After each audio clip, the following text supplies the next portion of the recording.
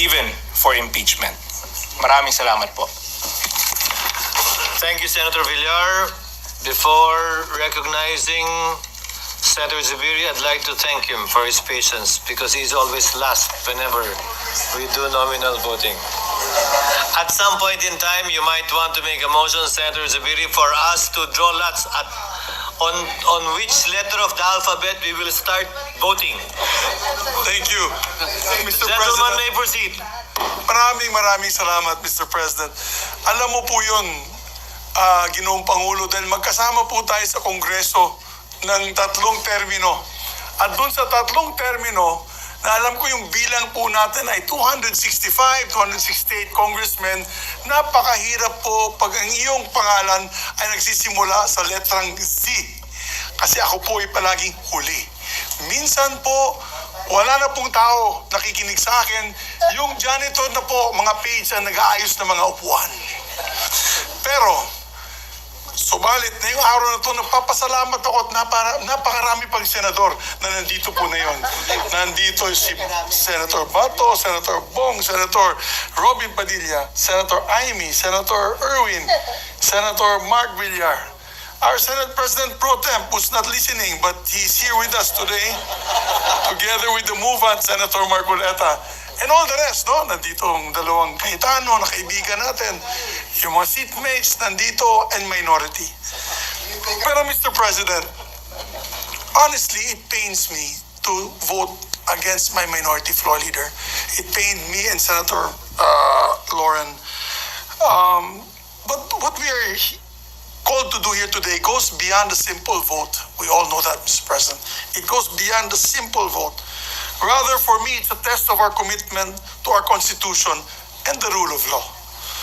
When the House of Representatives transmitted the articles of impeachment to us in February 5, 2025, my position was clear. We must go ahead with the trial, as this is our constitutional duty.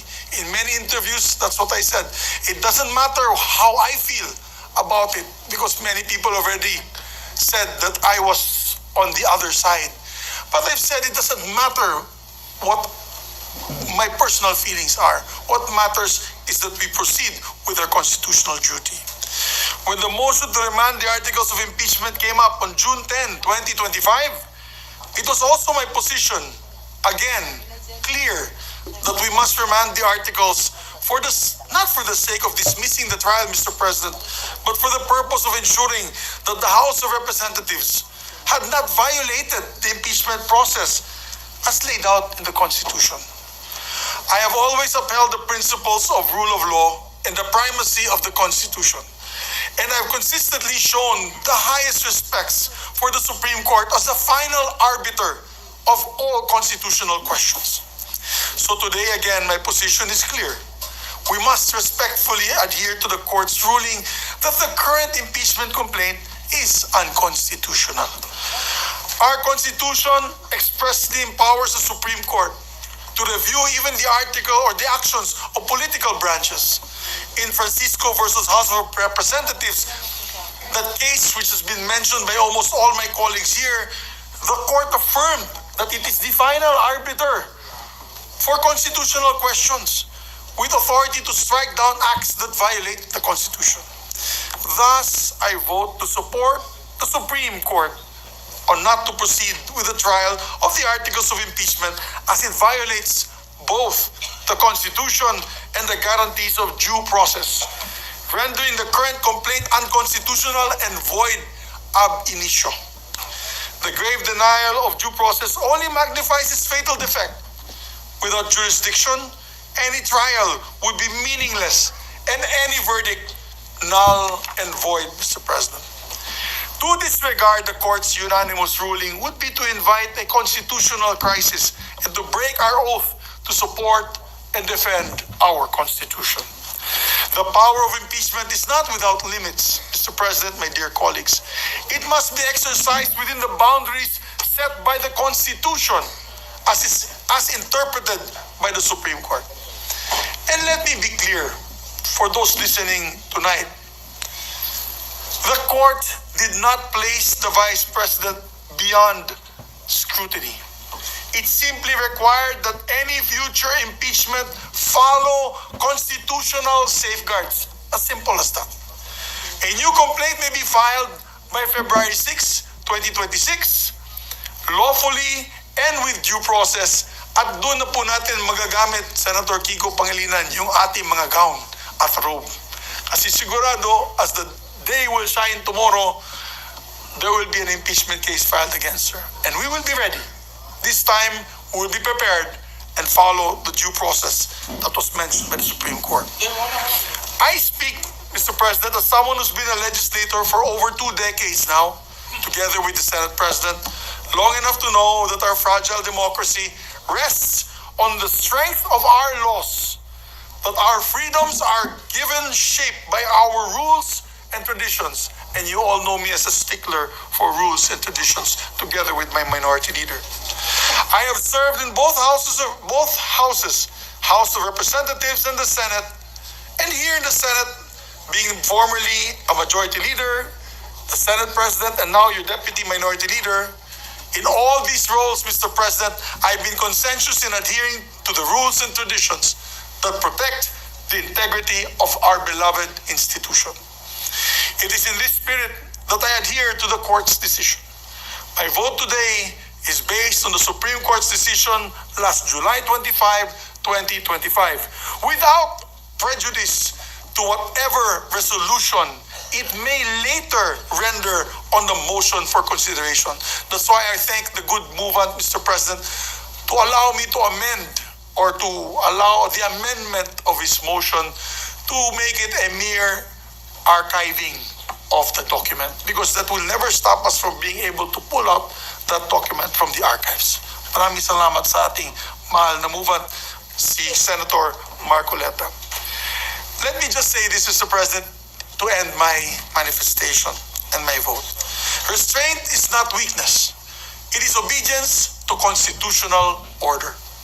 Let us act not in defiance of, but in deference to the Constitution, to the Supreme Court, and to the people who have entrusted us these powers in this very chamber.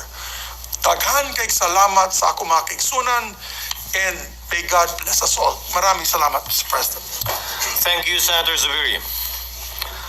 With 19 affirmative votes, 4 negative votes, 1 abstention, the motion of Senator Marcoleta, as amended by Senator Joel Villanueva, adhering to the immediately executory decision rendered by the Supreme Court en banc on July 25, 2025, which among others held that the articles of impeachment are null and void ab initio, and that the Senate did not acquire jurisdiction, and to move to transfer the articles of impeachment in relation to case number 002-2011, entitled "In the Matter of the Impeachment Trial of Vice President Sara Zimmerman Duterte" to the archives. The same is hereby approved. Majority Leader. Mr. President, Senator Bam Aquino would like to insert his explanation of vote into the record. So inserted as requested by Senator Bam Aquino And into together the with records, Senator J.V. Ejercito. as well as that of Senator J.V. Ejercito. What is the pleasure of the Honorable Pangilinan? Yes, just a parliamentary inquiry, Mr. President.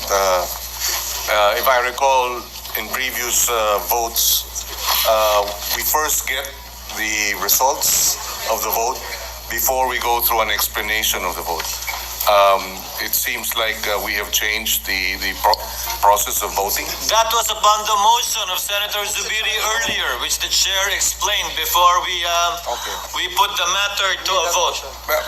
I raised this question because, well, the reason why, at least the practice was, the votes first before the explanation is that at times when there are contentious voting, the quorum may suddenly disappear, or there will no longer be a quorum because of the long process of voting. So The gentleman is correct unless a member asks that the procedure we just adopted is instead followed, and in this particular instance, the Honorable Zubiriq moved without objection from any member, hence the procedure that we adopted. Mr. President, Senator Zubiriq. Therefore, that motion that I made was only for today. Okay. We can That go is- back to traditional practice. That is the understanding. Thank you You very are much, correct, Mr. Senator Zubiri. Thank you for the clarification, Mr. President, Mr. Majority Leader. Majority Floor Leader. Yes, Mr. President, some administrative matters, Mr. President.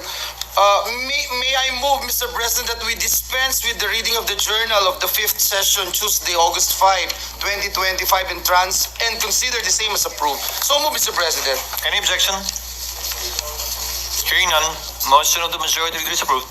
Mr. President, with the consent of the body and noting that for some measures, this shall lead to a third committee referral, and upon consultation with the minority and conformity of the chairperson of the Committee on Games and Amusement, I move for the secondary committee referral and or change of secondary committee referral as the case may be on the following measures concerning anti-online gambling to the Committee on Banks, Financial Institutions, and Currencies, while the prior secondary referrals will now be third committee referral. This is in view of the measures implications on the financial and banking system, particularly with respect to fund transfers and other financial transactions associated with online gambling platforms. These are Senate Bill number 30, 47, 57, 142, proposed Senate Resolution number 12, proposed Senate Resolution number 19, and the privilege speech of Senator Zubiri delivered last July 30, 2025. I so move, Mr. President. The understanding is the lead committee will still be the Committee on Games. The Majority Leader simply changed the secondary Yes, committees. Mr. President, that is correct. May we know if there is a third committee being referred to? Majority Leader. Sorry, what's the question? If the third committee is Ways and Means, we have no problem with that. But if the third committee, as I read it, is the banks, that does not fall in the Rule It's the second. 10, Section 15. That's the second, Mr. President, Second, not the third. not Your the Honor. third. So there are only two committees. Referral. 3, Mr. President. 3. What is the third? The third is the Ways and Means, Mr. Yeah, no problem with that. But what about the others? I have a list here of your PS 19 and the privilege speech of Senator Zubiri referred to 3, 4? Including the privilege speech, Mr. President, of Senator Mig Zubiri. You are referring it to 4 committees? 3. 3 committees only, and Mr. not President. Ways and Means and Banks and not Ways and Games Means and or Amusement, Finance. Mr. President. Yeah, Games but and Amusement if being it's the not lead Ways and Means or Finance and you go beyond 2, you refer it to the Committee on Rules. That's the procedure. That's why, Mr. Yes, President, not the we are. banks, not the committees. Yes, Mr. President, that's the reason why we are asking the consent of the minority, Mr. President. If it is not okay with the minority, Mr. President, I will Your Honor, the reason why it's the Majority Leader that's making the motion with the consent of the body is precisely because the request for additional committees referred to the rules, and it's the Committee on Rules now acting on that request with the permission of the body first. It is now the Committee on Rules asking for the permission Yes, because it was that is originally referred to you already. Yes, Your Mr. Honor. President. And we were not informed. Thank you for your understanding, Your Honor. I told you. Any objection I told you. to the motion of the Majority Leader? There being none, motion is approved.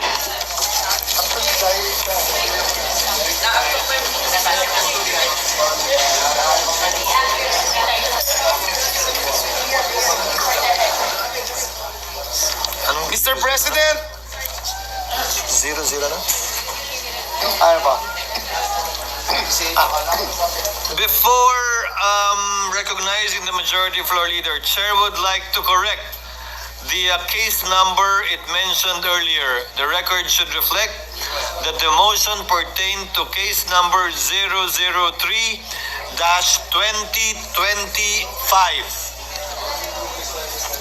The correction is so ordered to be reflected into the records. Majority Leader? Yes, Mr. President. Mr. President, at this juncture, I move that we adjourn the session until 3 o'clock in the afternoon of Monday, August 11, 2025. Before acting on the motion of the Majority Leader, Chair would like to take this opportunity to thank the members of the Chamber, both majority and minority, for your presence, patience, forbearance, and magnanimity that we were able, in such a way that we were able to dispose and vote on this difficult matter of national interest in the most pleasant manner, form, shape, and size. Thank you very much. Is there any objection to the motion to adjourn? Hearing none, session is hereby adjourned until 3 o'clock in the afternoon of Monday, 11 August 2025. Thank you once again and good evening. Thank you, Mr. President.